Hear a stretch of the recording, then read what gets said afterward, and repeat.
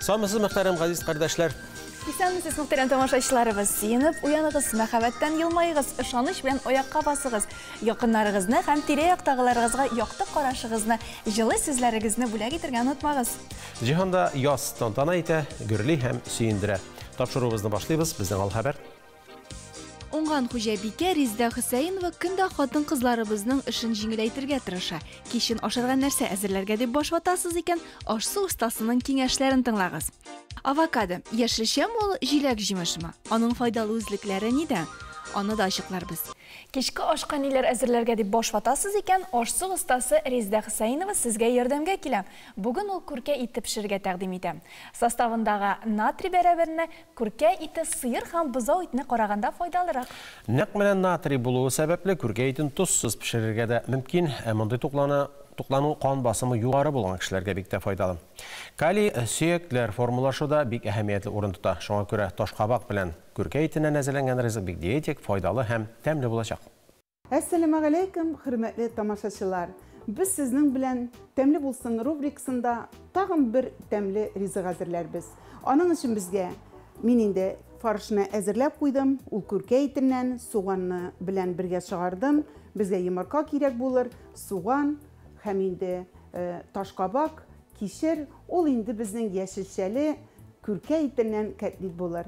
Бисмиллаһир-рахманир-рахим. Эшебезне иң беренче иттереп кишердән башлыйбыз. Кишерен вак угыштан уам. Менә шундый бүген. Безгә кишере шулай җитер. Табага инде сыек май салабыз. Табага кыздырырга салабыз хәзер. Суганны вакына итеп турыйбыз.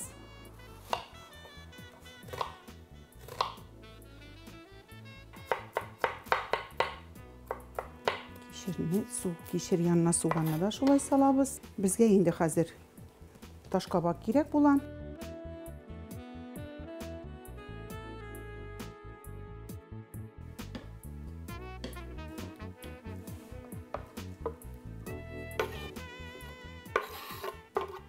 Шулай әзрәк кыздырып алабыз яшелчәләребезне. Безгә хәзер фаршыбызны әзерләргә кирәк. Аңа инде бер йомырка сатабыз. Туз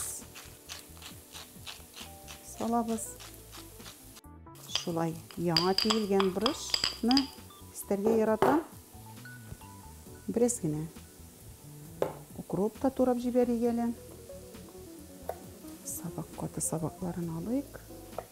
Менә шундый диетик булган, тәмле безнең котлетыбыз булыр, Алла бирса. Менә шулай аны пешереп алдык. Шул ук табасында без хәзер кәтлитләребезне дә әзерлибез. Сыек май салам. Зәйтүн май салсагыз да ярый. Менә бераз безнең йомыркабыз гына пешеп китмәсен инде. Хәзер без котлетләрне әвәйбез. Менә шулай.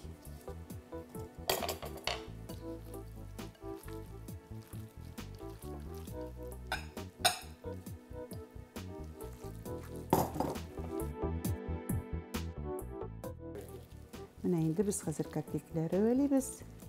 Анда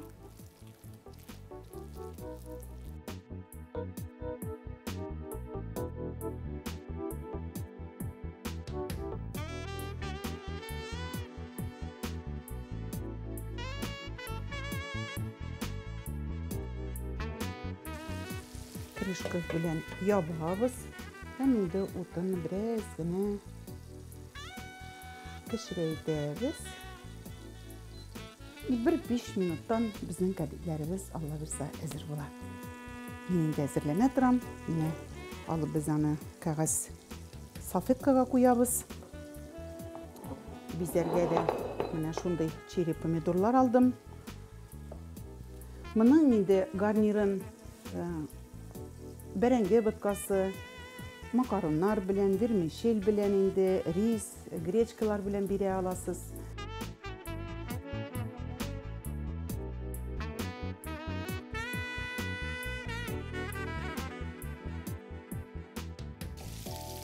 Менә инде студиябызга тәмле исләр чыгарып, безнең котлетләребез әзер булды.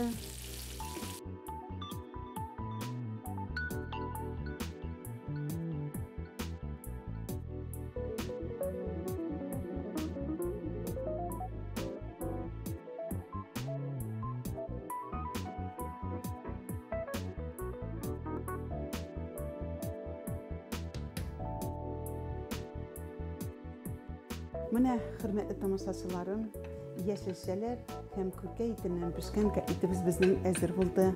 Ашларыгыз тәмле булсын. Ходай Тәгалә сезгә исәнлекләр биреп, матур тормышларда яшәргә насип итсен. Исән сау булыгыз.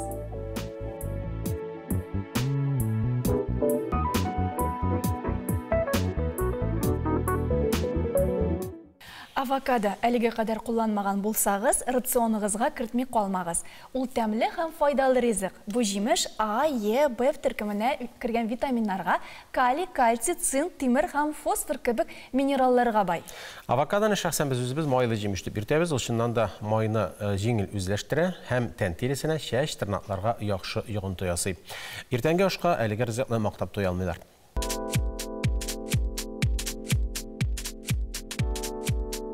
Әле 10 ел элек без аңа барыбыз да шикләнеп карыйдык. Ә бүген инде аның сәламәтлек өчен бик файдалы яшелчә, дөресрәге җимеш икәнен беләбез. Бу авокадо. Бүген аның файдасы турында сөйләшербез. Көнгә бер авокадо ашау ябыгырга теләүчеләр өчен яхшы гадәт. Әйе, ул майлы һәм югары калориялы. Әмма ул клетчаткага һәм аминокислоталарга бик бай. Ә бу исә май катламнарыннан котылу өчен яхшы нигез. Авокадо күз күрүен яхшырта. Моңа аның каротиноидларга бай булуы сәбәпче. Глаукома һәм катарактаны булдырмый калырга ярдәм итә. Көнгә бер авокадо ашап, организмдагы начар холестериннан да котылып була. Аның составында булган фолат кислотасы холестерин белән генә түгел, куркыныч, йөрәк, кан авыруларына каршы торырга да булыша.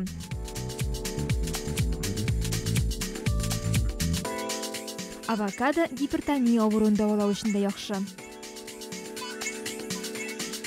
Авокадо соңгы елда бик әйбәт кулланыла. Халык яратып ала. Бик файдалы, бик тәмле. Авокадо да юды күп.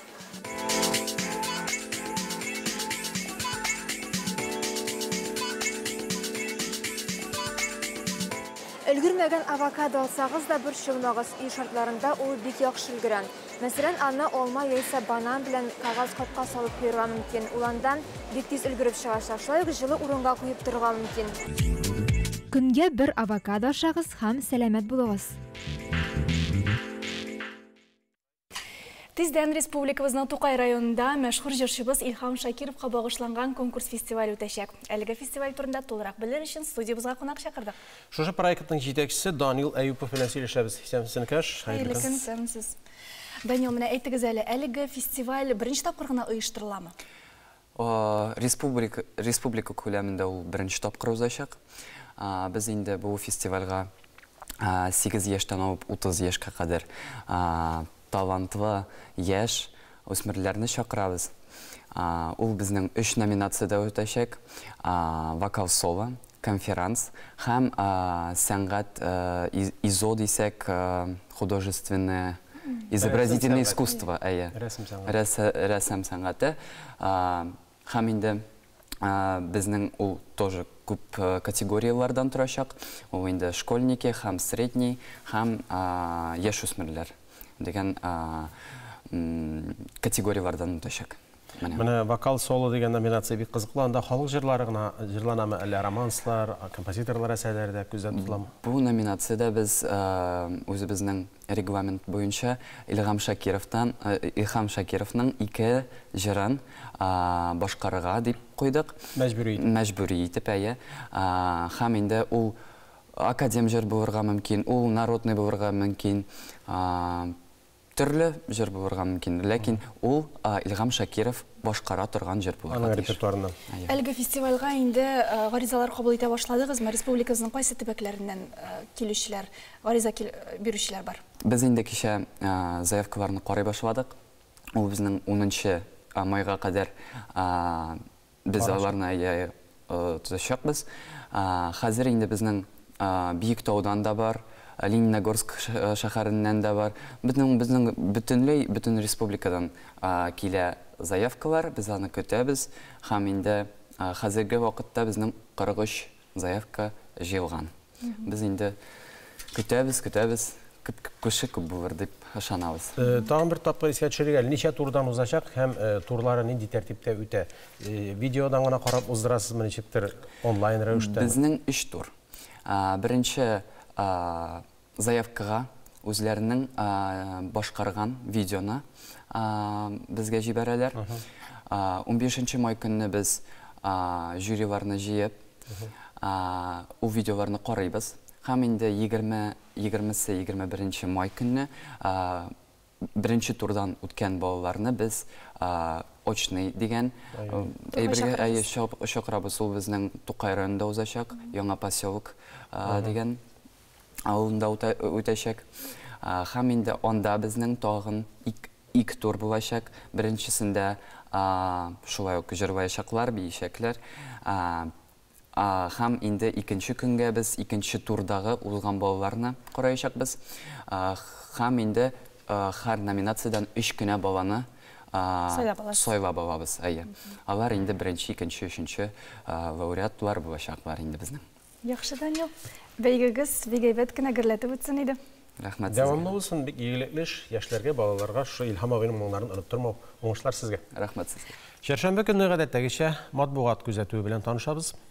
Сәхнә журналының март саны театраль рухлы журналы. Быел февраль айы Татарстан театрлары гастрольләренә бай булды. Әлмәт, Чаллы, Минзәлә, Татар дәүләт драма театры башкалабызда тамашачыларны үзләренең иң матур спектакльләрен тәкъдим итте.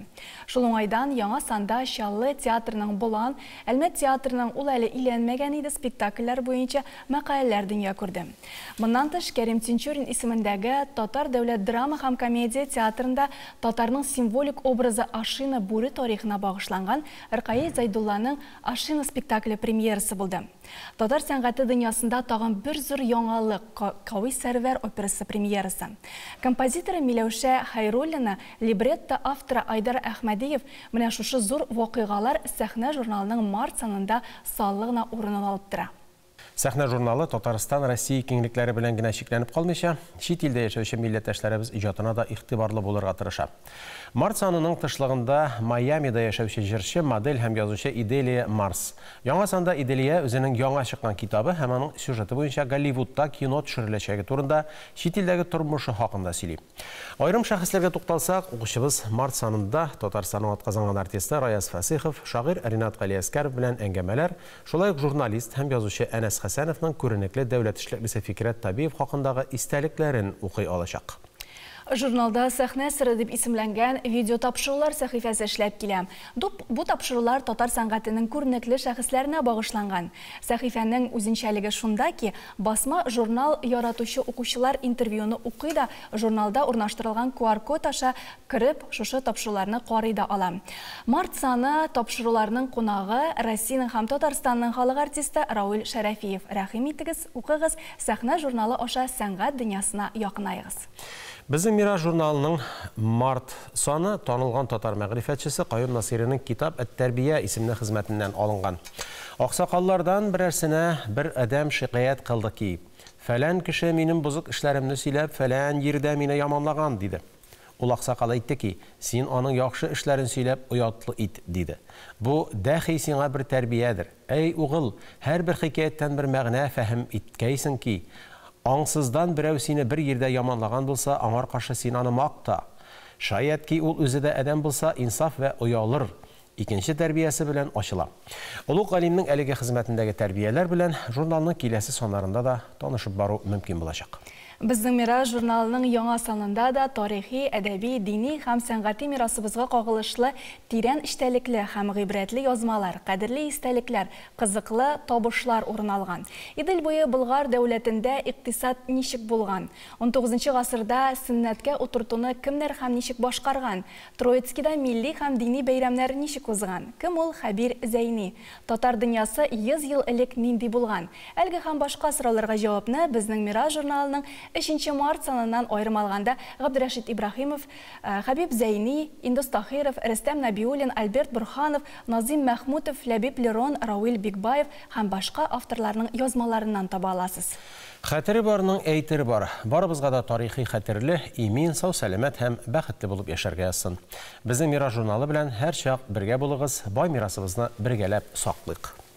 Матбугат темасын кунакхана сәхифәсендә дә дәвам иттерәбез. Студиябызда кунакта Идел журналының баш мөхәррире Гөлүсә Закирова. Хәерле көн. Хәерле көн, исәнмесез.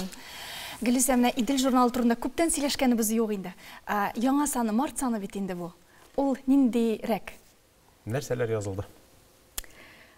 Март саны гадәттәгечә инде безнең яшь язучыларыбыз, яшь иҗатчыларыбызны күрсәтеп бирү максаты белән без башлап җибәрдек. Тышлыкта шулай ук безнең Миләүшә Хәйруллина, ул инде композитор, әле күптән түгел генә аның инде яңа әсәре дөньяга чыкты. Безнең зур сәхнәләргә Кауи Сәрвәр дигән әсәре. Шул уңайдан инде без аны Тышлыкка да бирдек, шулай ук аның белән зур гына әңгәмә дә үткәрдек. Мин бүген нәрсә турында әйтеп үтәргә телим. Безнең менә шушы яңа март саны белән яңа лаборатория безнең старт алды. Әлеге лаборатория безнең яшь язучыларыбызны үзенә җәлеп итү максатыннан эшләнә. Шуңа күрә инде әдәбият сәхифәсендә без монда бик күп яшь кенә язучыларыбызны үзебезгә җәлеп итә дә башладык. Менә мәсәлән шуларның берсе Гөлинә Фәрхуллина. Ул инде КФУда укый, ул физик, математик булачак, ләкин иҗат итә икән. Ул безгә яңа бер әсәрен китерде, укыдык бергә утырып, дәвамы бар кебек уйланабыз. Мин редакциялый башладым. Шуннан соң үзе белән элемтәгә чыктык һәм бик кызык кына әйбер булды. Мин әле моның беренче өлешен яздым да, икенче өлешенә ничектер кулым тими, эшем күп ди. Әдәм язабыз. Бер атна эчендә шул кичкенә генә повесть дип әйтсәң дөрес микән инде ул хикәя, икенче өлешен язып китереп, тулы бер әсәр китерде ул безгә. Хәзер без аны әдәби суд сәхифәсенә дә тәкъдим итәчәкбез. Шулай ук ул безнең яңа исем лабораториясендә дә катнаша. Әлеге лаборатория ай сайын үткәреләчәк. Бу лаборатория безнең старт алды ел башыннан, менә хәзер апрель башына кадәр март азагында теркәлү бара. Безнең анда теркәлү өчен шартлары бар инде. 14 яшьтән 35 яшькә хәтле яшь язучылар. Алар безнең Идел сәхифәсенең социаль челтәрләрендә анда тутырга мөмкин Google форма, шунда керәсез, тутырасыз. Нинди өлкәдә иҗат итәргә телисез, прозамы, шигъриятме, һәм безнең бик кызыклы ягы бар тәрҗемә. Бу ел тәрҗемә дә алдык менә. Бусы минем уйламча аеруча отышлы, чөнки тел әдәби хәрәкәт ул бит бик киң. Ул шигърият белән генә шикләнмәйме? Шуңа күрә барлык шушындай каләмәһәләрен барлау бик мәслихәт дип саныйм. Һәм без инде менә аны башлап җибәрдек. Әле узган атнада гына исемсез кичә дип башлап Кариф театрында үзебезнең Идел журналында чыккан безнең шагыйрьләребез белән шигырь кичәсе үткәрдек. Исемсез кичә дип билгеләдек максатчан. Барысы да килсен, яшь язучыларны да чакырдык инде. Һәм биредә нәрсәгә исемсез? Чөнки һәр килгән бер кеше шушында үзенең исемен тәкъдим итәргә тиеш. Шигырь укыгач үзенең исеме булырга тиеш. Шуның белән бәйле һәм инде киләчәктә яңа исем лабораториясендә катнашучылар, алар шулай ук кичә белән безнең фатирниклар күзаллана. Мастер-класслар, онлайн дәресләр, хәзер Идел онлайн дигән безнең YouTube каналыбыз бар. Ул каналда дәресләр шактый гына бара, язучының эш стиле дигән мәсәлән. Без инде Батуллада булдык, Иркай Зәйдуллада булдык. Алар ничек яза башлаган, аларның эш алымнарын инде яшьләргә нинди киңәшләр бирәләр. Мин нәрсә әйтәсем килә? Идел журналы элек-электән ул яшь язучыларга мәйдан вазифасын үтәгән. Мин барлап чыктым бөтен элекке архивларны. Кызык кына бер тенденция булды. Яшь язучылар, алар элек-электә менә хәзер классик язучылар, алар эксперимент тәҗрибәләр белән мавыкканнар икән. Ләйсер Кәйнәй мәсәлән верлиб әсәрләрен тапты мин аның. Хәтта Сөембикә манарасы формасында язган. Кызык кына бер бит тулы Сөембикә манарасы. Укыйсың бер шигырь. Менә шуның шикелле. Шуңа күрә хәзерге язучылар, алар безнең ұстазлар белән эшләүне күз алдында тота. Һәр кайсы бер остазга беркетелеп, шулай иттереп, яңа әсәр тудырып, ел дәвамында ул безнең ел ахырына хәтле чыгып барачак журналда, ахырда без шундый зур мәгълүм кичә үткәрәчәкбез. Яшь язучыларыбызга яшь язучы таныклыгы тапшырылачак. Шулай ук язучылар берлегенә без инде юлламалар бирәчәкбез. Остазлар һәм педагоглар елы да бит әле. Менә шул уңайдан бик күркәм булачак инде бу. Бик күркәм булачак. Мин анда башлап язучыларны көтеп калам. Ни өчен дигәндә, хәзер бер кимчелеге микән инде хәзерге заманның алай дип әйтсәң дә дөрес түгелдер. Чөнки элек менә журналда бастыру мәртәбә булган, ә хәзер алар үзләренең әсәрләрен социаль челтәләргә чыгаралар да шуның белән шикләнәләр. Алай гына булмый бит инде ул. Чөнки әдәбиятта ул төгәллекне ярата, ул ташка басылырга ярата. Шуның өчен әдәбият институтлары бар, язучылар белемле булырга тиеш. Алар да теге профессионал язучы булыр өчен омтылырга тиеш. Шуңа күрә без остаз белән эшләүне күз алдында тотабыз да. Нәрсә уйлыйм, шуны чыгарам гына түгел, киң кырлы һәм киң мәгълүматлы, шул ук вакытта әзерлекле һәм киләчәктә исеме калырлык, әдәбиятта исеме калырлык яшь язучылар, алар әлбәттә Идел журналында басылырга тиешләр, әдәбиятта аларның исеме чыгарга тиеш. Шулай булсын, рәхмәт бик зур. Бик игелекле максатлар белән яшисез, уңышлар юлдаш булсын. Шуңа күрә килсеннәр, без бергә Алла бирсә, инде чыккан исемле яшь, инде исеме чыккан яшь язучылар белән дә сезнең эфирда катнашырга ясын дип. Төрле күнегүләр ясау, биеп алу сәламәтлек өчен һич кенә дә начар түгел. Хәрәкәт сәламәтлекнең билгесе. Ә инде спорт белән шөгыльләнү мөмкинлеге бар икән, тагын да әйбәтрәк. Спорт темасына тукталуыбыз юкка гына түгел. Студиябызга Миләүшә Фәтхетдинова килеп керде һәм ул сезгә волейбол турында сөйләр. Аның төрләре дә шактый күп икән, игътибар белән карагыз.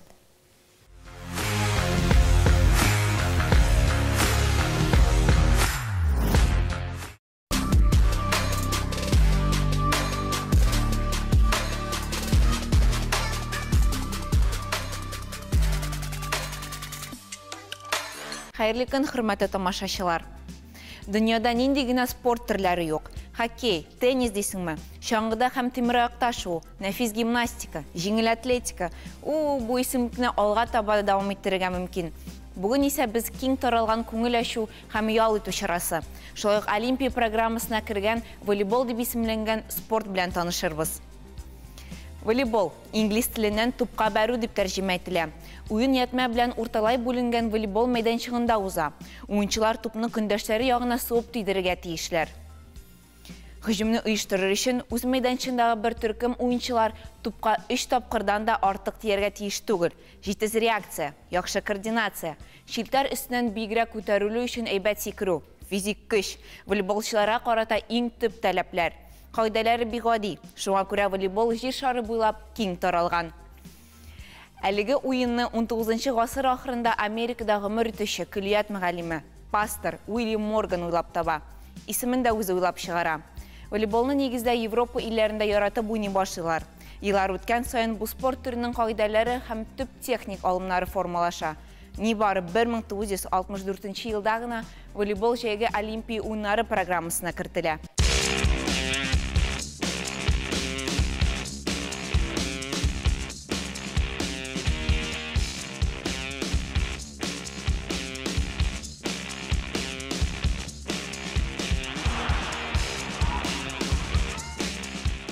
Шунда әйтеп үтәргә кирәк. Токиода узучы әлеге дөнья күләм чарада беренче волейбол буенча Олимпия чемпионы булып СССРның иратлар җыелма командасы таныла. Бу чыннан да сокландыра. Афәрин. Ә без дәвам иттерәбез. Волейбол фактлары һәм кызыклы мәгълүматкә бай спорт уены. Мәсәлән, популярлык һәм киң таралуы ягыннан ул футболдан гына калыша. Бу спорт төре белән 1 миллиард тирәсе кеше шөгыльләнә. Гаҗәеп сан, шулай бит. Волейболдан тармакланып киткән берничә спорт төре бар. Беренчесе мини-волейбол. Бу балалар һәм яшүсмерләр уены. Пляж волейболы һәм парк волейболы. Пионербол. Шактый күп кешенең балачакта яратып уйналган уены. Һәм кёртенбол. Кёртенболда гадәти волейболдан аермалы буларак шилтәр тоташ тукыма белән алыштырыла. Бу көндәшнең күрешәнлеген киметә. Уенчылар тупның кайсы якка һәм нинди тизлек белән учуын алдан чамалый алмый. Нәкъ шушы хәл уенга дәрт һәм кымарлык исти.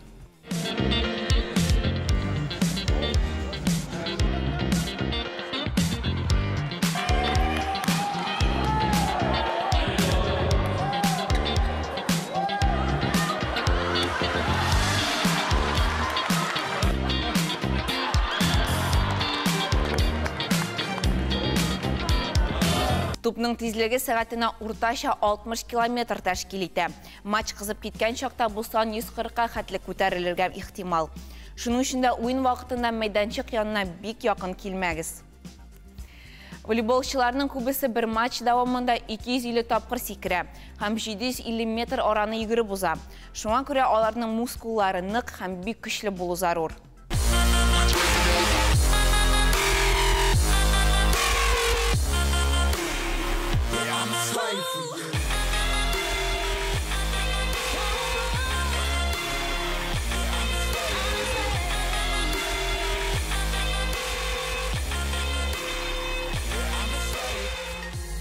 Бу видеоязманы карагач волейболчыннан да искиткеч уен икәненә тагын бер инанасың.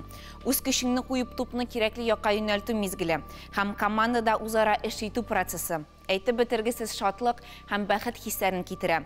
Волейболда төркемдәгеләрнең үзара мөнәсәбәте шаккатыра. Уен мәйданчыгы чагыштырмача кечкенә. Шуңа күрә һәр команда әгъзасы кирәк чакта икенче уенчыга ярдәмгә килә ала. Бердәмлек хисе һәм какшамас ышканлык. Нәкъ шул сыйфатлар төркемгә җиңү китерә дә инде. Төптән уйлап карасак, бу бит безгә дә бик кирәкле сыйфатлар. Бергә булык, бердәм булык. Мин сез белән сау булашам, исән сау булыгыз. Башкортстан Республикасының Шаран районы мәктәпләрендә «Мин татарча сөйләшәм» дигән ярыш конкурслар оештырылган. Әмнә Самар өлкәсенең Пох-Веснева районы Гали авылында халкы минем дип аталган иҗат фестивале узды. Бу хакта Самар татарлары сайты хәбәр итә. Әлеге фестиваль Гали авылыгына түгел, Самар өлкәсендә яшәүче барлык татарлар өчен дә әһәмиятле вакыйга булды. Ул быел игълан ителгән укытучы һәм остаз елына багышланып үткәрелгән иде. Һәм әлбәттә инде милләттәшләребез тормышындагы башка яңалыкларны да барлап узарбыз. Сүз хезмәттәшебез Ләйсән Гайнуллинага бирелә. Рәхим итегез. Хәерле көн, мөхтәрәм тамашачылар, республикабызда һәм чит төбәкләрдә яшәүче милләттәшләребез. Туган тел укытучысы күп кырлы шәхес тәрбияләүнең мөһим элементы. Бу исем белән Оренбур өлкәсенең татар теле һәм әдәбияты укытучылары өчен түгәрәк стәл оештырылган. Чара Матвеевка районы Иске Хөтлемәт авылы мәктәбендә узган. Түгәрәк стәлдә Татарстан Республикасы Мәгариф һәм фән министрлыгыннан, мәктәпләреннән бер төркем вәкилләр, Оренбурның мәгариф җитәкчеләре, өлкәнең татар теле һәм әдәбияты укытучылары, мәктәп директорлары, өлкә татар мөхтәрияте әгъзалары, барлыгы 60-тан артык кеше катнашкан. Оренбур татарларының уңышлары һәм проблемалары хакында Фирүзә Әбсәләмова репортажы. Шешәк агачында алмасы тамырында. Бәрәңге. Район өлкә төбәк бәйгеләрендә Иске Хөтлемәт мәктәбенең татар теле һәм әдәбият укытучысы Гөлчәчәк Сәлимованың укучылары, җиңүчеләр һәм призерлар арасында. 5-нче класстан 11-нче класска хәтле татар теле дәресләрен үзем алып барам. 12 сәгать безнең барлыгы. 10-11 классларда берәр сәгать кенә алып барабыз бит инде. Китаплар белән тәэмин ителгәнбез. Менә безнең быел 9-нчы класста бер генә сәгать булса, оны киләсе елга 9-нчы класста да 2 сәгать була. Яңа фугус күчкән саен сәгатьләр артып бара. Китаплар җитәрлек, ел саен берип торабыз заказларны. Кешелекле, матур. Уста тырыш, молодец. Урта мәктәптә 58 бала белем ала. Татар теле фән буларак барлык сыйныфларда да укытыла. Башлангыч сыйныф укучылары да белем алуда, апа-абыйларыннан калышмаска тырыша. Бүген искиткеч дәресләр карадык. Укучыларның класстан тыш чараларын күрсәттеләр. Шундый укучыларыбызның камил татар телендә сөйләшүләре. Оренбур өлкәсендә татар теле һәм әдәбият дәресләре 30 мәктәптә укытыла. Әлбәттә, сәгатьләр саны төрлечә. 2-дә, 1-дә, 05-тә бар. 2021 елда Оренбур җирлегендә уздырылган татар мәгарифе көннәре кысаларында мәктәпләрдә татар телен укыту сәгатьләренең саны кимү турында әйтелгән иде. Ул хәзер дә актуаль булып кала бирә. Бездә 1 сәгать татар тел, 1 сәгать әдәбият укытыла. Улар бик яхшы дип уйлыйм мин, чөнки ярты сәгать кенә укытылган мәктәпләр бар өлкәдә.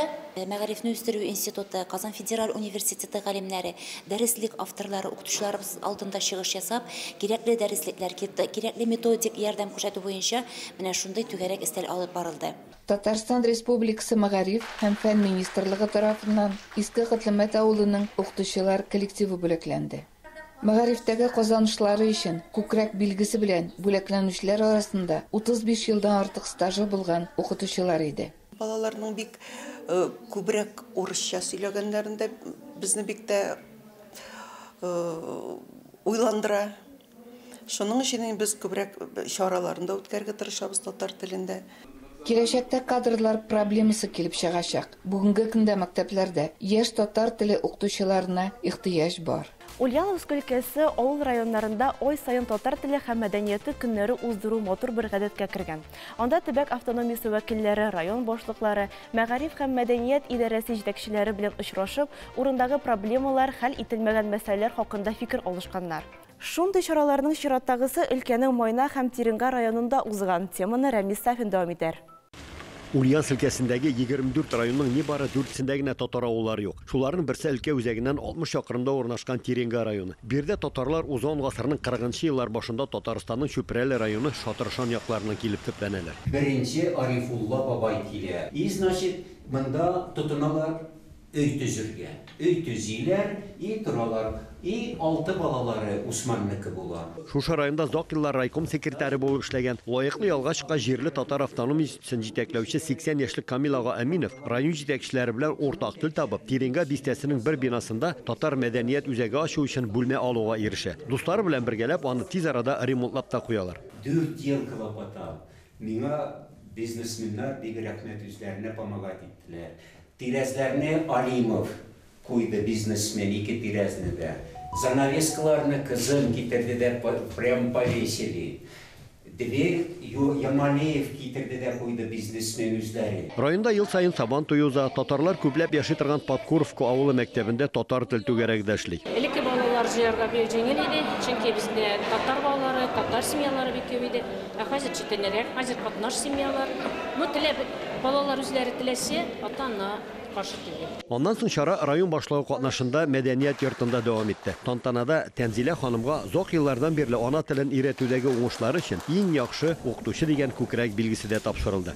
Әмма өлкәнең Майна районында исә 1200 татар яши. Татар авыллары булса да, ни кызганыч мәктәпләрдә татар теле укыту юк. В Майнском районе у нас это изучение языка татарского ни в какой форме не проводится. Ни в неурочной деятельности, ни факультативы, ни кружки, единого ученика даже нет по ОШКе. Я каждый год эти данные собираю. И результат этого учащиеся Майнского района не участвуют ни в каких конкурсах. Район башлыгы белән булган очрашуда катнашкан мәгариф идарәсе җитәкчесе, мәктәп директорлары киләсе уку елында бу уңайдан эшне активлаштырырга ышандырдылар. Районда мәгариф тармагында проблемалар байтак булса да, мәдәният өлкәсендә зур эш алып барыла. Каждый ел безнең районный Сабантуй яңа Маклавышта мы последней пандемии тенінде без уздырмадык. Авай безнең каждый ел уздыра бик зур бөтен район килә, бөтен поселение вардан заелып инде. Шулай бергә инде кушылып уздырабыз, бик тә матур була. Моннан 37 ел элек Татарстанның Буа районыннан бу якларга килеп урнашкан Зөһрә Кадырова балалар бакчасында шәфкать туташы булып эшли. Бакчада татар балаларын аралашырга, җыр биюгә дә өйрәтә. Киемнәрен без үзебез Ульян өлкәсендәге бер малайның киемнәреннән элгесен алдык. Үзебез тиктек садикта. Детский сад безнең бик каты занимать итә. Мордовский танецларында беләбез, чувашскийны да, русский народный костюмнарда бар, и менә татарныкын. Менә кем өйрәтте балаларга татарны? Татар телен безнең музыкаль руководителебез өйрәтә. Сер түгел авылларда Зөһрә Кадырова кебек милләт җанлы, татарның киләчәге өчен борчылып яшәүчеләр күп түгел шул. Шуңа күрә саф татар авылларында да сабыйларның теле әни дип түгел, мамы дип ачыла. Менә шунысы аяныч. Бүгенге җиткерәсе мәгълүматлары менә шулар иде. Исән-имин булыгыз. Кунакханабызга рәхим итегез. Студиябызда кунакта Татарстан интеллектуаль милек агентлыгының идарә рәисе, Татарстан атказан сәнгать эшлеклесе, драматург һәм прозаик Рәдиф Сәгъди. Хәерле көн, Рәдиф. Исәнмесез. Рәдиф әфәнде, менә сез буш кул белән килмәгәнсез. Китаплар өстәлебездә бу ниндирәк китаплар? Яңа чыккан китапларыгызмы сезнең, әсәрләрегезме? Менә әлеге Алю Кемәл бу дигән әсәр язылды. Теге ыгы-зыгылы заманнар иде. Буа заводы, Нурлат, зәй заводларының, шикәр заводлары рәттән чыкты. Механизм тузды. Эшләүче беркем юк, беркемгә берәрсә кирәкми торган чорлар. Һәм шул чорда Татарстанда шикәр дефициты барлыкка килде. Һәм шунда бизнесмен малайлар, ягуд җегетләр алар исән-сау хәерле. Һәм аларның крышалары, безнең Татарстан боксерлары шул шикәр белән шөгыльләнә башладылар. Һәм алар Воронеж, Ростов-на-Дону дигән шәһәрләрдәге шекер заводлары белән элемтәгә чыгып, акча күчереп, bir zaman şeker de yok akşada. Kulak kalktık. 8 milyar akşa jığanlar yalar bütün Rusya boylap. Hem iki güne jigitler alaldı, birisi Tatarstan jigitleri, akşaların şekerlerin ikincileri Saratov malayları. Yani o Saratov malayları arasında Tatarlar koyu. Buna şu eser anda bütün şın barlığı böyle şağıldırırlar. Anda bütün isimler özgertilmegen. Mesela benim geçende 7 mərtəbə Tatarstan şampiyon paboksu. Öz ismi bilə kirgan Mars Ibatullin. Anda var Rusiyanın ən güclü jigitlərinin birisi Kulashny, Rukopashny Boris. Sergey Yarulin. Ol yartılış Tatar, yartılış Yevrey. Ol var Tatar şeyarısıyla. Ve şunday haller. Alar barsı da, çünkü alarga men aytib yazdım. Meytem isimlerinizin özgertmeyim. Sizden anda birinin devlet aldığında cinayetleriniz yok. Gerisince siz meytem korrupsiyaya karşı kirerkensiz. Ben şu aytib eser çıktı. Yani bir 4 yıl yazdım. Allah'a şükür 65 yaşımda dünya gördü. Mine bu eser. Kazanlıklarında işlevşi kalemdaşlarıma, dostlarıma bir rahmetli.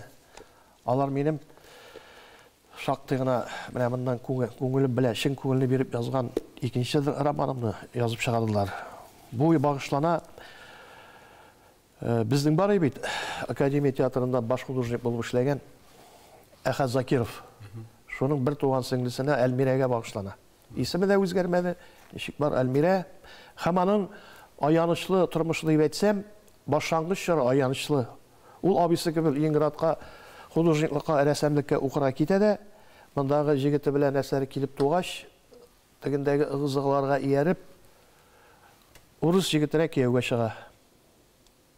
Романга. Роман 2 метрлы баскетболист, акылын югалтып башып була. Аның матурлыгына, иттинатлыгына, тәртиплелегенә, башкалар гөлә итеп дебер шатыр җисәләр, Әлмирә бер кая җирмәскә тырыша. Ләкин поезд кузгалып китә, бөтенләй башка менталитет, башка тормыш.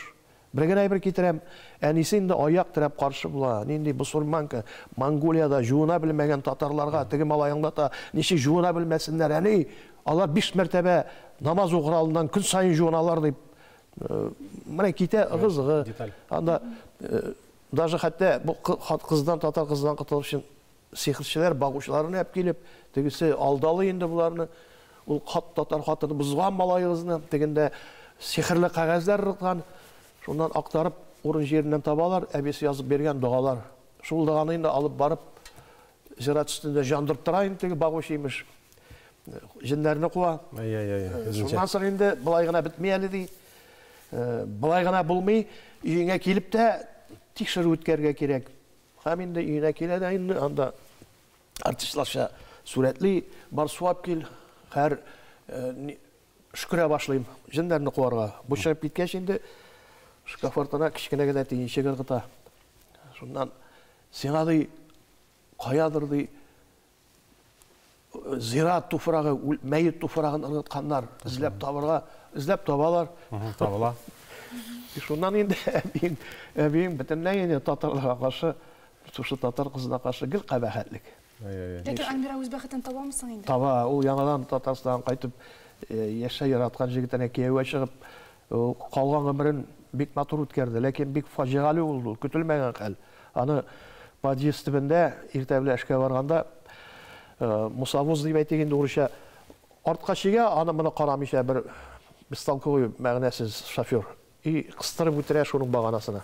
Гаҗәп матур дөньядан китте.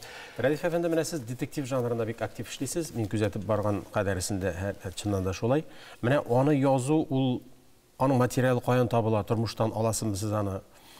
Излисезме, матбугаттанмы дигән шикелле, ничек табына аның язарыңма азык дигәндәй материалы? Минем алда 3 ел бар иде. Я тулысынча артист булып калырга, я спортта тукталырга, һәм икенчесе криминалга китеп керергә. Чөнки мин гомер буе зур-зур авторитетлар белән аралашкан кеше. Әлбәттә, мин кеше талап кеше үтереп йөрмәдем, ләкин алар янында мин һәр вакыт булдым. Бигрәк тә спортчы җегетләр янында. Бары Белов дигән бик зур тренер урыс, Пензадан ул.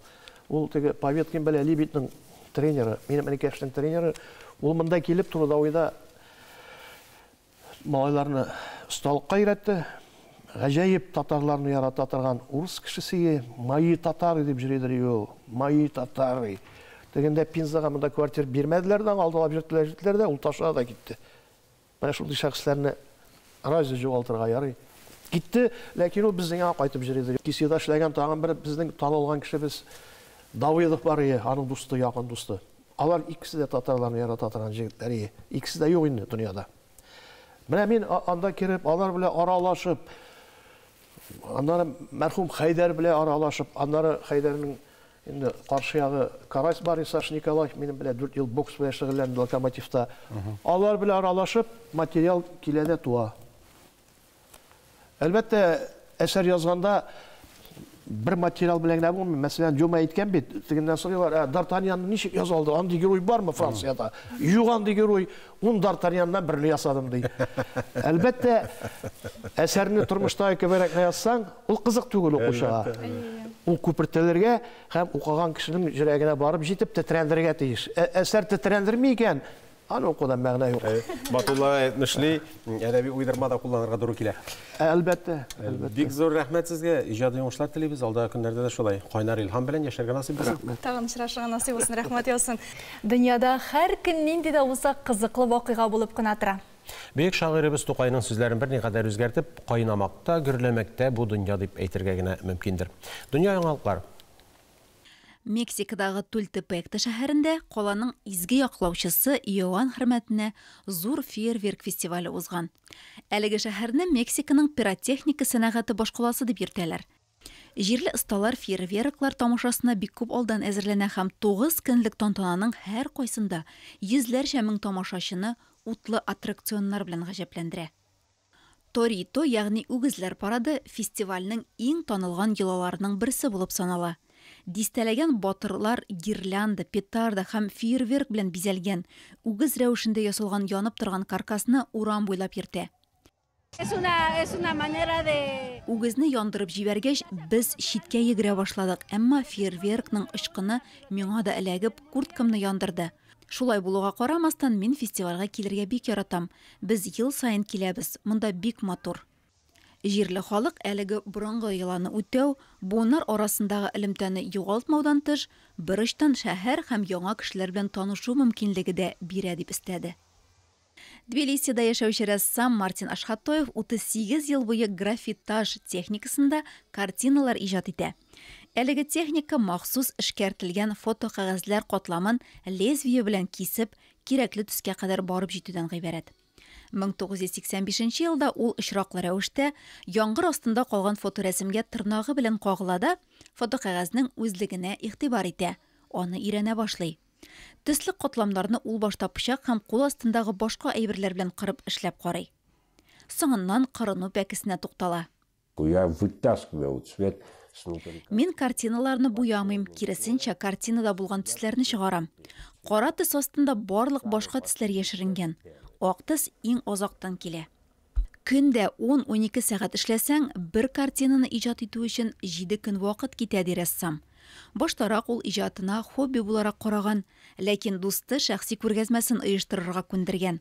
2015 елда аның картиналары беренче тапкыр киң җәмәгатьчелеккә тәкъдим ителгән. Шуннан бирле графитаж аның төп эшчәнлегенә әверелгән. Мартин Ашхатоев Халыкара дизайнерлар ассоциациясе әгъзасы. Аның картиналарын төрле илләрнең галерея һәм шәхси тупланмаларында очратырга мөмкин. Кунакханабызга рәхим итегез. Студиябызда кунакта Туфан Миңнуллин исемендәге Түбән Кама Татар дәүләт драма театрының баш режиссеры, Татарстанның атказанган сәнгать эшлесе һәм халык артисты Марсель Сәлимҗанов исемендәге театраль бүләк иясе Рөстәм Галиев. Хәерле көн исәмсез. Исәмсез Рөстәм әфәнде, ниндирәк яңалыклар белән килдегез безгә? Безнең яңалыклардан тора инде ул дөнья. Бүген бит яңалыксыз көн, сәгать, минут, ул тоташкан елгалар, таулар, урманнар, кешеләр, адәм балалары bir туктамый хәрәкәттә, бүген дә без хәрәкәттә. Театр буларак Петербургтан кайтып төштек. Андагы милләттәшләребез белән очрашып, спектакльләребез белән аларны сөендереп кайттык. Ничегрәк каршы алдылар соң? Бик матур, искиткеч матурлыклар içinde тамашачылар болды, залларыбыз толы болды, бик матур қонақ еттілер. Біздің андағы яшәүші татарларыбыз ескерткіш бізді моллықта өздерінің сый-хөрмәтләре белән дә, аннан соң қонақчылары белән дә, аннарысын өздерінің бүләкләре белән дә, аннан соң инде шушы Санкт-Петербург шәһәренең булуы белән андагы хәрәкәтләрнең, андагы булган безнең төрле җирләрдә экскурсияләрдә җөртеп, шундый матурлыклар içinde безне аэропортта бик матур итеп milli kiyimler bilen karşı alganlar idi. Hem şulay bik zorluk bilen asatıp da kaldılar. Bik zorluk bilen siyinip, şatlanıp kayttık.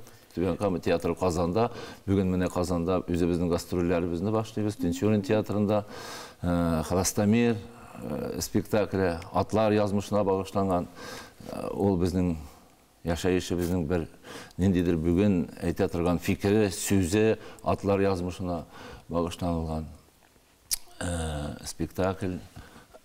Gül kişiler yazmış durumda spektakller koyganda soңғы vaqtda teatrımız şunday spektakller koya başladı. Yiyeler turunda, şüreliler turunda, atlar turunda, hayvanlar, köbrek qazlar turunda koyduk әле. Qaz qanatı degan spektakl, qazlar yazmışı, adam balası yazmışı bilen çağırıştırıp, at yazmışı, kişi yazmışı bilen çağırıştırıp, şunday günler bilen hareket etibimiz bugünkü günde. Bunday felsefilik benim oylamamcha bizning ko'rinli yaqdoshimiz To'qay premiyasi laureati Ahsan abi Faxruddinovning shaxs masshtabini sizga yig'intisi bo'lsa kerak, sizlar bilan do'stlaringiz, fikrdoshlaringiz deb bilaman. Ahsan bilan do'stlar edik, Ahsan bilan bek yaqin do'stlar edik Ahsan abi bilan. Ahsan abi umuman bizning Tatar dünyasındagi shaxslar arasında eng nendidir bir boshqa unikal bir kim bilan da çağrıştırgısız o'z dünyası bo'lgan kishi. Anın yığıntısı da bulgandır, anın yığıntısından ışıklanılar da bulgandır. Mena yığıntı yasagan kişiler baytak buldular. Bizim milletimizin büyük zor kürünlüklü kişiler tufanlar, alar büyük zor Marsil abiler, alar büyük zor nendidir bir yığıntılı kişiler idi. Alar milletin içinde nendidir tağ olup tıralar idi. Tağlar, Raul Fazil'in büyük matur şiiri var.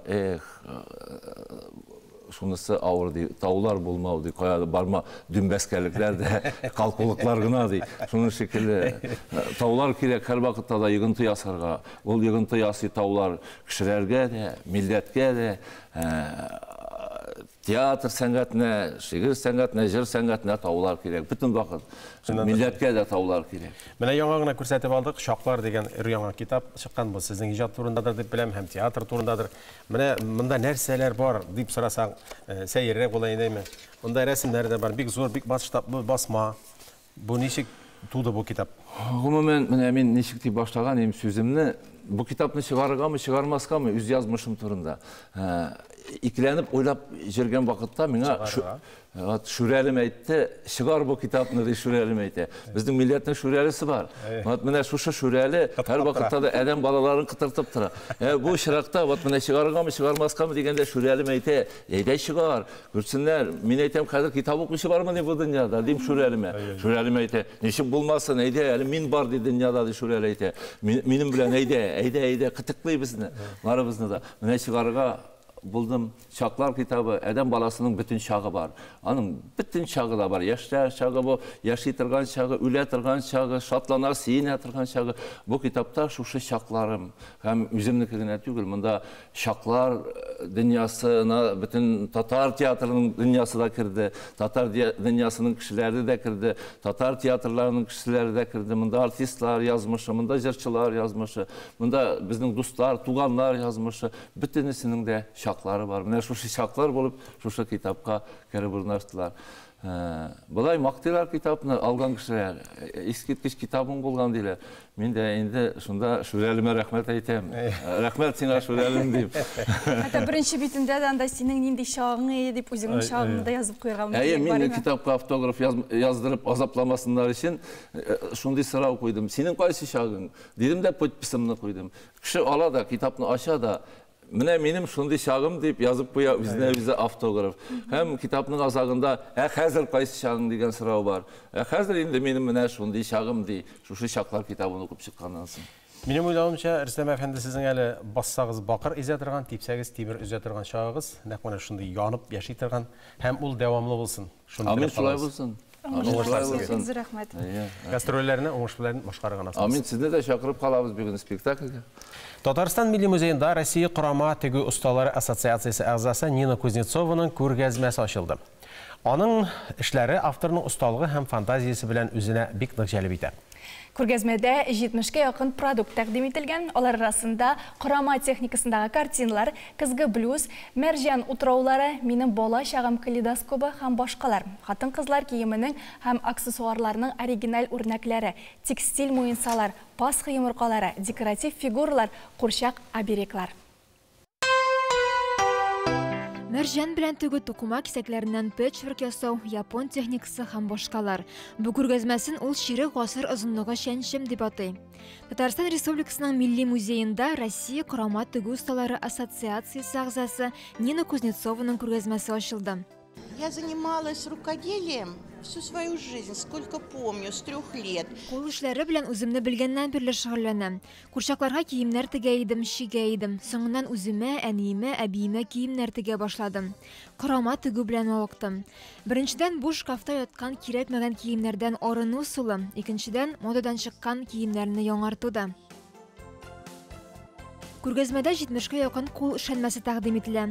Алар арасында пэтчворк техникасын кулланып тегелгән эшләр, киемнәр, аксессуарлар, декоратив фигуралар, курчаклар да бар. Авторның осталыгы һәм фантазиясе таң калдыра. У меня первый этап моего творчества. Ижатымның беренче этабын яшел төс белән характерлар идем. Бу минем яраткан төсем. Мин Сибир тайгасында тудым, Уссури тайгасында белем алдым. Тирә-ягым һәр вакыт яшеллеккә күмелгән идем. Татарстанда инде 50 ел яшим. Монда да яшел милли төс булып санала. Оныклары тугач Нина Кузнецова аксыл шәмәхә төскә тартыла башлый. Мәсәлән, әлеге болашак калейдоскопы дигән эшендә аның яраткан төсләре өстенлек итә. Ул аны Мәскәүдә узган күргәзмәсе өчен махсус тегә. Беренче җитди күргәзмәсе 2002 елда уза, 2001 елда Казанда корама тегү буенча клуб ачып җибәрә. Устаның эшләре Казанда, Мәскәүдә, Петербургта һәм Россиянең башка шәһәрләрендә, Германия, Франция, Япониядә да күп тапкырлар күрсәтелә. Бүген тапшыруыбызда язучылар әлхәмдүлилләh шактый күп катнаша һәм чираттагы мөхтәрәм кунакларыбызны тәкъдим итәбез. Татарстанның халык шагыйре Газинур Мурат һәм шулай ук язучы, драматург, шагыйр Хәбир Ибраһим. Хәерле көн исәнсез. Әлбәттә, иң төп максат Илдар абый Юзеевның иҗат кичәсе, искә алу кичәсе ул кайчан узачак, аның турында сөйләп узыга. Мин сүземне Илдар абый Юзеевның китабына аз гына вакыт калгач язган шигырь белән башлыйм килә. Ул китә дип атала. Йөрәк сүзебезне әйтеп китик, аннан соң була. Кояш нурын сибә, күздән яшьләр кибә. Без китәрбез әкрен, тын гына. Күзгә карап куллар кысышканда, әйтелгән сүз ихлас, чын була. Таңнар сызылып калыр, җаннар üzülеп калыр.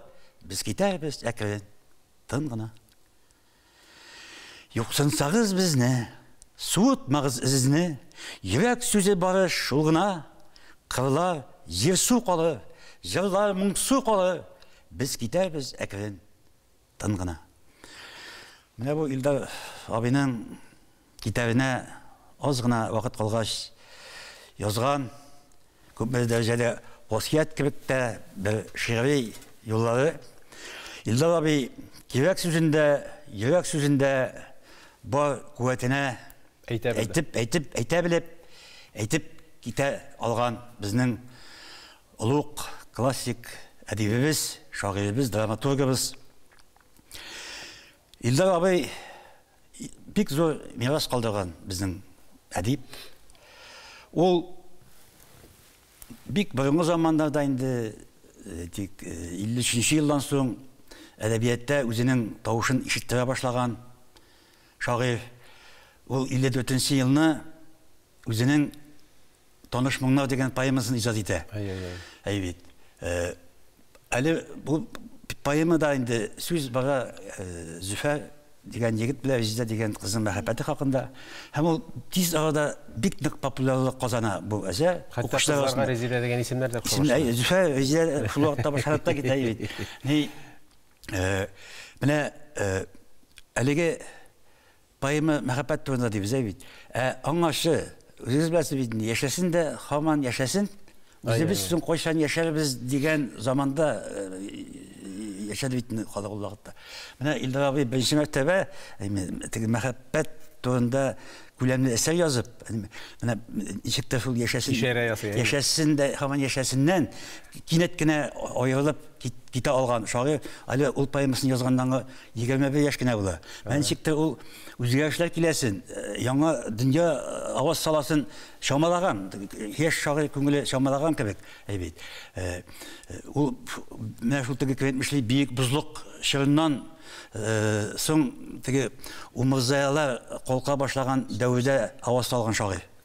Дөрестән дә Илдар абыйны романтик шагыйрь, мәхәббәт җырчысы дип әйтергә кирәктер. Чөнки мин үзем дә менә шәхсән аны поэмаларын укып, яратып үскән кеше, авыл баласы бит инде бер уйласаң, теге алай ир кеше, ир бала шигырь укымый да кебек, ләкин менә Илдар абыйны шул кадәр яратып укый. Менә Илдар абыйның менә шу лирикасы, әйбит, мәхәббәт лирикасы, гомумән теге поэзияны, әдәбиятны кешечә шигырьле итү өлкәсендә кылган хезмәтләр өчен дә поэзияны әйтик, укылышлы итте, халык күңеленә якын айтты. Ул менә шушының белән дә бик зур эш башкарды кебек миңа калса. Хәбир әфәнде дә кушыладыр дип уйлыйм бу фикергә. Илдар абый турында беренче сүз әйтмичә булмый, чөнки мин аның кичәсендә җырлыйм. Миңа хәзер инде теге исемдә бирделәр, Татарстан Язучылар берлегенең халык артисты дигән. Җырларга туры килә, чөнки җырлау минем файда, миңа төләмиләр теге. Бушлай җырлыйм. Артистка чакыргач төләргә кирәк. Илдар абый турында без аның белән дус булдык дип әйтә алмыйм инде, мин дуслашып йөрдек дип без таныш идек. Мин суй вакытында аңа шигырьләр алып килдем, бер унлап шигырь. Ул аны ошатмады. Монда теге пессимизм ди, синди әдәбиятка керәсең килсә ди, менә ди БАМ турында язды, КАМАЗ турында язды. Мәйтәм Илдар абый, мин әле КАМАЗ турында язалам. Бит иншалла якын гына мәйтәм. Мәйтәм БАМга барып җитә алмыйм мәйтәм. БАМ турында яза алмыйм мәйтәм, минем тема түгел. Гомумән мәйтәм, төзелеш минем тема түгел. Менә иң кызыгы шунда, Илдар абый үзе дә БАМ турында һәм КАМАЗ турында язмады. Менә шуны әйтәсем килә. Аннан соң менә аның мин әйтәсем килә драматургиясе турында. Ул бит ин шагыйрь. Әгәр дә менә шагыйрь драма яза башлый икән, әйтик, аның драмасы мин үземнән беләм. Үземнең әсәрләремдә мелодрамага әйләнә. Аның җыры туа, һәм ул шушы драма, мелодрамага әйләнә, һәм аның мелодрамалары бик каты популяр иде. Әйтик, поэмаларда кеше иде. Моңсу комедияләр, Гашыйклар тавы барды менә Тишорин театрында, менә Рөстәм Галиев эшләп китте, Түбән Камада барды әсәрләре, һәм шулай менә аның атаклы мелодрамасы Кырык казлары артыннан. Хәтерлисезме, Ислам Мәхмүтов аның җырын җырлый. Җырлап тыңлый ниләрне. Шуңа күрә мин әйтәсем килә, аның драматургиясе дә менә анда драматургиясенең шагыйрьлеге сизелә. Шагыйрь яса, ул мелодрамага әйләнә, халык җырлап карый анда әйберләрне. Инде әйтәсем килә, аның менә тагын бер аның дәвамы Салават Юзиев бүгенге көндә драматургиядә Атунята дигәндә әйтергә була инде Атунята. Шуңа күрә менә әле без Салават Юзиевның Кигәү урлау дигән әсәре бара Тинчуринда. Мин аны тәрҗемә иттем, бүгенге көндә ул хитовый спектакль, аншлаг белән бара, анда билет табып булмый. Шуңа күрә мин әйтәсем килә, Илдар абыйның дәвамчысы да бар. Менә дигән язучы, прозаик Салават Юзиев бүгенге көндә әдәбиятта. Шуңа күрә дәвам бар. Сүз башым Шүрәле дигәндәй, безнең кайчан буласың инде бу кичә? Бу кичә, Аллаһы боерса, 20 март көнне безнең Милли китапханәнең конференцияләр залында була, сәгать 6-да башлана кич белән. Без шигырьләр сөйләшләрне, Илдар абый Юзиевның поэзиясын, сөйләшләрне, ихтирамчыларны көтеп калабыз. Язучыларның шаяру кичәсе дә була бит, ансын да әйтеп үтәләр. Инде ул дисәң әйткәндә минем кичкенә бер проект иде, мин җыл сайын үткәрәм. Үткәрмичәм, менә шулай ул нигә керде, безнең традициягә керде. Әле менә шу тыйымнар бар иде, без батуллар үткәрәдер. Хәзер инде менә шушыны үткәрәбез. Мин инде монда инде теге артык теге яшьләрне чакырмыйм. Үзебез җырлыйбыз без, үзебез шунда әзрәк кенә кыланабыз дигәндә, юмор сөйләйбез. Мин инде язучыларга исәп-хисап тотам. Менә бер юмор гына сөйләп китәм. Бер вакытны бер министерствода игълан биргәннәр. Менә тәрҗемәче кирәк икән. Испан теле буенча, француз теле буенча тәрҗемәче кирәк. 3 ай үтә, министр көтә, беркем килми, тәрҗемәче килми. Шуннан соң бер сукбай килеп керә. Сукбайны кертмей кизү торган инде ахырын дитә. Юк, сен кермисең дигән кешеләрнең дә кабул итмәде. Юк, министр әйтә, килгән икән керсен. Нидик шул. Га Сукбай керә, сөйли монда ни ди. Испан телен беләсеңме? Юк, белмим. Француз телен беләсеңме? Белмим. Нәрсә килдең син? Мин әйтергә килдем, что вы на меня не рассчитывали. Мин рассчитывать итәм ялгышларга. Исәп рөхсәт итәм, исәп тотам. Ялгышлар чыгыш ясаячак. Ул безнең традиционный ни иде ул, инде кичә. Шуңа күрә анда халык жюри. Менә безнең шунысы кызык. Безнең теге официаль рәсми ниләргә, кичәләргә халык безнең әзрәк жюри. Менә шушындый әзрәк кенә теге шушындый менә шушындый җиңелчәгенә әйберләргә халык бик яратып йөри. Менә анысы иң мөһим. Һәм әлбәттә Илдар абыйның да иҗаты онытылмас. Шаярып көлеп тә вакытында алырга кирәк. Сезгә иҗади уңышлар теләп калабыз. Рәхмәт. Йөрәгегезне мәхәббәт, тормышыгызны шатлыклар белән тутырыйк. Көнегез күңелле очрашуларга, матур аралашуларга бай булсын. Һәр мизгелнең кадерен белеп яшик. Дөрестән дә тапшыруыбыз тәмам, сезнең белән саубуллашабыз. Язгы сөенечләр һәммәбезгә дә яшәүләр төстәсен. Сау булыгыз.